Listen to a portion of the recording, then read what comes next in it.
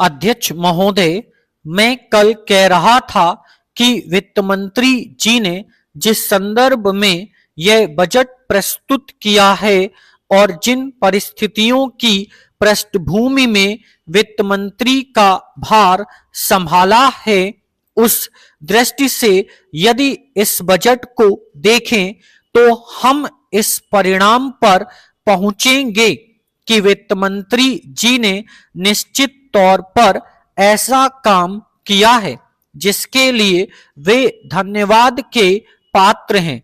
उन्होंने देश की अर्थव्यवस्था को सुधारने के भार को लेकर उसमें सफलता प्राप्त करके देश की बिगड़ती हुई आर्थिक दशा को सुधारा। पिछले वर्ष देश का उत्पादन बढ़ा है, उद्योगों में सुधार हुआ है, कीमतों में सुधार आया है, हमारा आयात कम हुआ है और निर्यात बढ़ा है। इस तरह से देश में एक नई आशा और विश्वास पैदा हुआ है। इस वर्ष के बजट द्वारा भी उन्होंने पिछले वर्ष के कार्यक्रम को जारी रखने की कोशिश करने का प्रयास किया है। मुझे इसमें कोई संदेह नहीं है कि इसमें भी उनको सफलता मिलेगी। उन्होंने देश के आयात निर्यात के बारे में जो कदम उठाए हैं, उनसे निश्चय ही हमारे विदेशी व्यापार का संतुलन सुधरेगा। यह निश्चय के साथ कहा जा सकता है।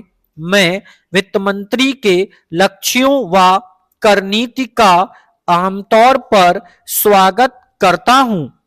यद्यपि मैं मानता हूं कि इस कर व्यवस्था के द्वारा मध्य वर्ग पर बोझ पड़ेगा, परंतु इस देश में हमें पंचवर्षीय योजनाओं को जारी रखना है। इसलिए उस संदर्भ में हमें आर्थिक साधन जुटाने पड़ेंगे और ऐसी दशा में जो लोग इस देश में ऐसी स्थिति में हैं, जो कष्ट उठा करके भी कुछ दे सकते हैं, उनको देश के लिए देना ही पड़ेगा। इसलिए वित्त मंत्री जी के इन कदमों का भी मैं स्वागत करता हूं, परंतु साथ ही साथ मैं नम्रता पूर्वक यह अवश्य कहना चाहता हूं कि वित्त मंत्री महोदय ने किसानों पर जो भी कर लगाए हैं, उनके ऊपर वे फिर सोचें। मेरी मान्यता के अनुसार वित्त मंत्री महोदय ने किसानों पर जो भी कर लगाए हैं, उनके ऊपर वे फिर सोचें। मेरी मान्यता के अनुसार वित्त मंत्री द्वारा खाद पर जो कर लगाया गया है, जो शुल्क लगाया गया है, वह एक ऐसा कार्य है जिससे इस देश का विकास रुकने वाला है। उन्होंने अपने बजट भाषण की भूमिका में कृषि संबंधी कच्चे माल के उत्पादन के लिए पूंजी लगाने की आवश्यकता पर जोर दिया है।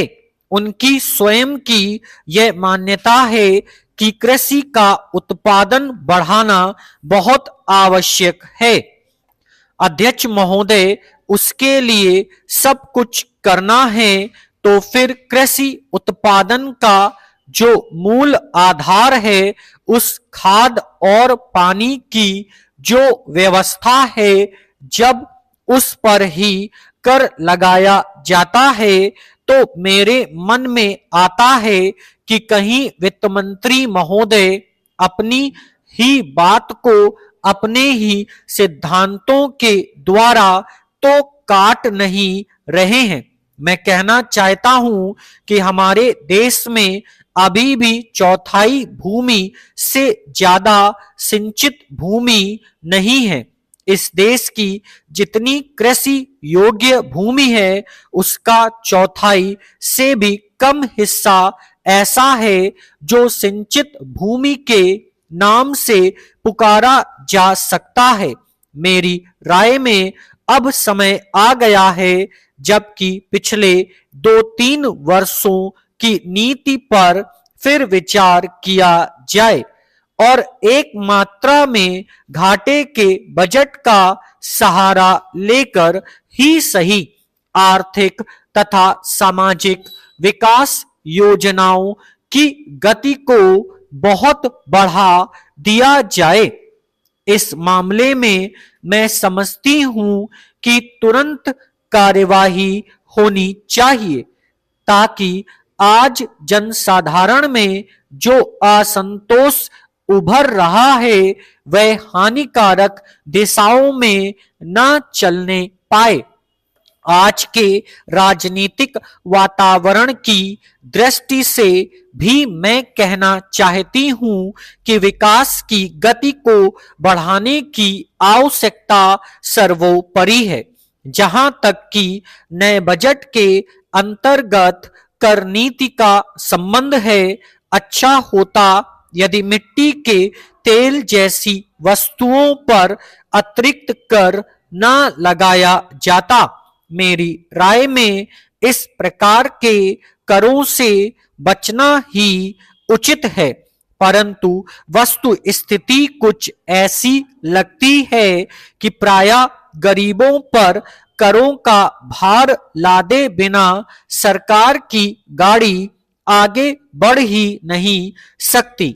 एक नया कर जिसे पहली बार वित्त मंत्री ने लगाने की ठानी है वह कृषि संपत्ति संबंधी कर है। अब से पहले कुछ राज्यों में कृषि संबंधी आयकर लगाया गया था, परंतु उसके प्रशासन तथा वसूली आदि में इतनी कठिनाइयां आईं कि कई राज्य सरकारों को अपनी नीति बदलनी पड़ी। बात यह है कि जहां करोड़ों अनपढ़ तथा गांवों में बसने वाले किसानों पर हिसाब किताब रखने और रिपोर्ट भेजने की जिम्मेदारी लादी जाती है, वहां ऐसा कोई कर सफल नहीं हो सकता। उल्टे उसके कारण लाखों लोग कई प्रकार से सताए जाते हैं और फिर वे लोग सरकार से नाराज हो जाते हैं। इसलिए पहले देखना यह पड़ेगा कि यह कर कितने कृषकों पर लागू होने वाला है और उससे कितना रुपया कर के रूप में वसूल होगा। Full stop.